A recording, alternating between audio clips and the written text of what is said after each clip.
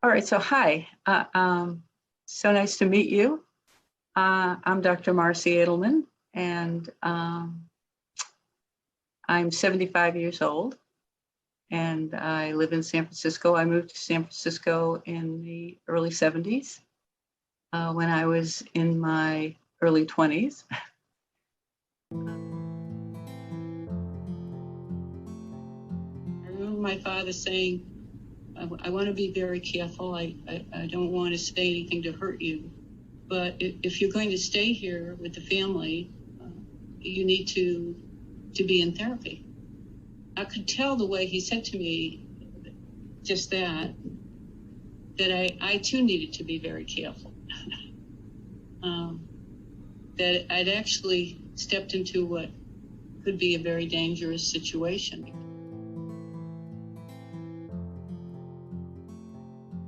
I happen to be a very lucky person because I didn't get a therapist that wanted me to have conversion therapy. I had a therapist who didn't think I was a lesbian.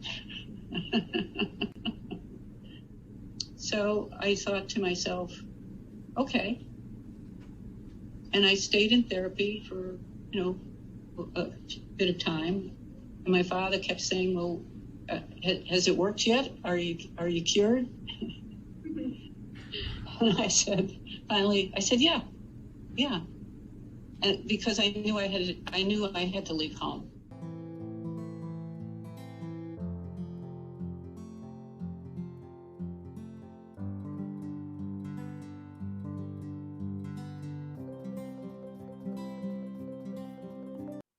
That therapist didn't really know anything about being a lesbian or being what it was to be gay, and I was lucky that he wasn't. He thought I wasn't. I'd said I was, and in fact, when he said I wasn't, I knew that I was, and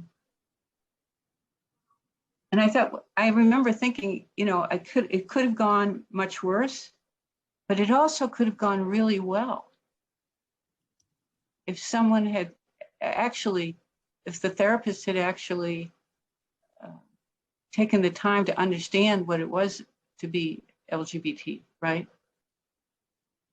If they had been trained to work with LGBT folks, if they could have become an ally, what kind of assistance this therapist could have really provided, a resource this therapist really could have been to me and to others.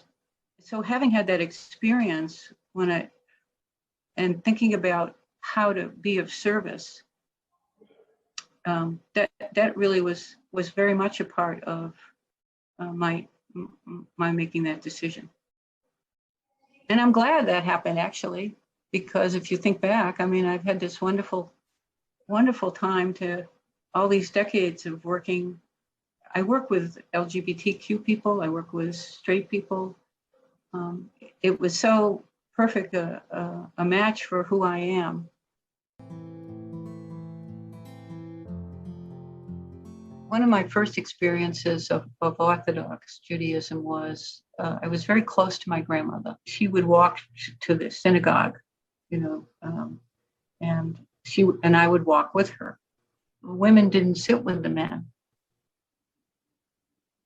They sat in a separate area, and in this case, behind a white sheet. The first time my grandmother took me to one of those services, and I was angry. I said, why weren't we able to sit up front? Why weren't we able to sit up front? And she said, well, that's just for men.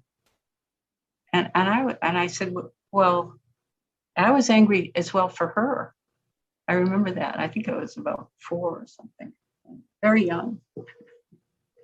And I'd say, well, I want you to sit there. Why aren't you sitting there? It was like, how dare they not let my grandmother sit there?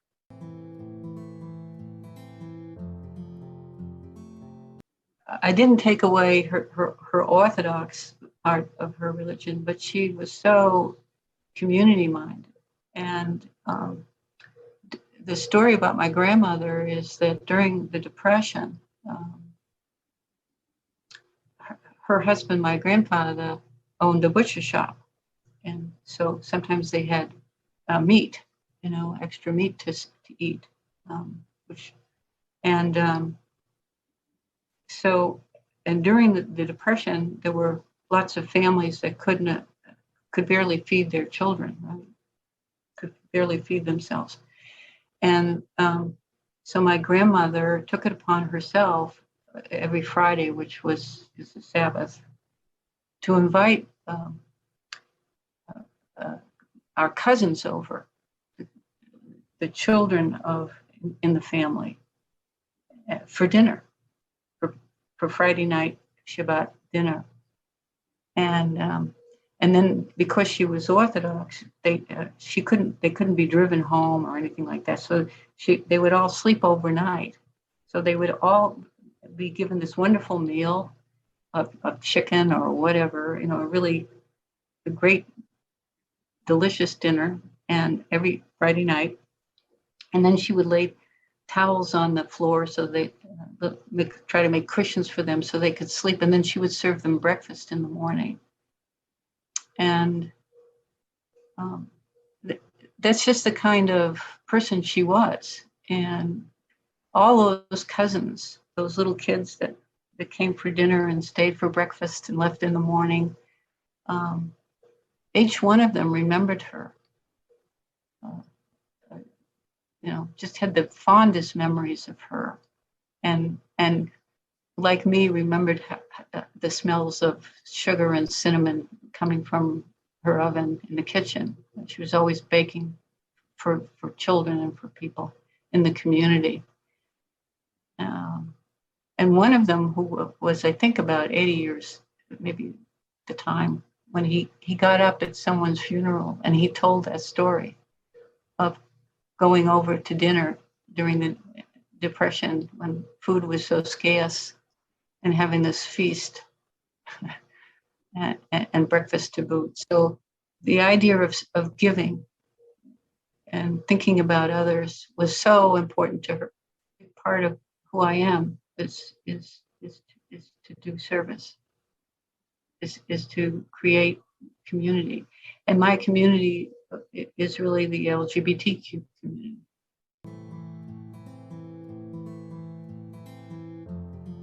When I arrived in San Francisco in the 70s and got involved in gay politics and so on, and was studying to be a therapist.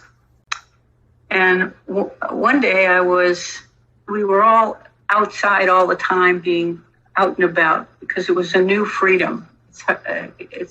When I tell you it was a new freedom, it was that people weren't gay outside on the streets in public prior to '69.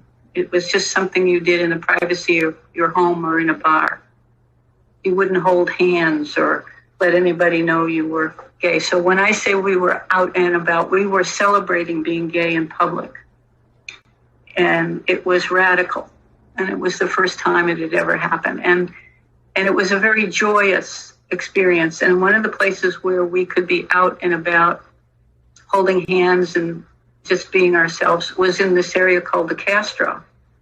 And it was a neighborhood that was mostly gay. And because of that, there was a lot of safety. It was safe to be out there. And there's a wonderful theater there. It's called the Castro Theater. And I was standing in line, and it was a warm summer night, and people were looking beautiful, and we were all in our 20s and fabulously beautiful, of course. And I looked up and down the line at everybody waiting to get into the theater, and I thought, oh, everybody's in their 20s and 30s. I was struck by that.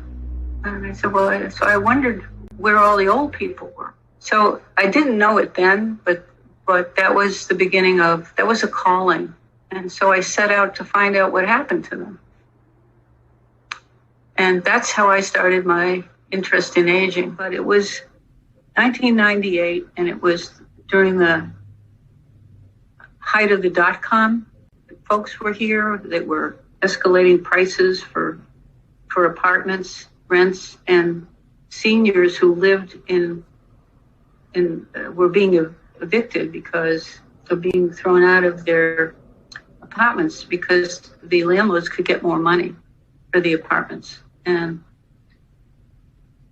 it's one thing to be evicted when you can move somewhere else and feel safe and you have the whole world to move into. And it's another thing if you're an old gay person in those days in the Castro or in San Francisco and you were being forced to leave the city where you felt safe and had a community where you could actually be out, and now you were being forced to leave. Where were you going to go? Would you be safe there? Would you have to be in the closet again? I was out for a walk with a very dear friend, and we were talking about that, and she said, well, I said to her, actually, I said, somebody needs to do something about this. And she said to me, well, why don't you do something about it? And I said, you know what? I will. So I went home, and Jeanette was there, and I came in and I said, Jeanette, I'm going to build housing for LGBT seniors so they can stay in San Francisco. And she said, oh, that's nice. And I said, well, hey, don't you want to join me? And she said, nah, not really. Well, of course she did. You know she did. We started out of my therapy office in Noe Valley. I called up a few older folks that I knew, about 6 of them, and they came over to my office on one day. And Jeanette and I were we were in our 50s, our early 50s, and they were all in their 60s and 70s. And today, Open House serves 3,500 seniors throughout the city with LGBT seniors providing senior services.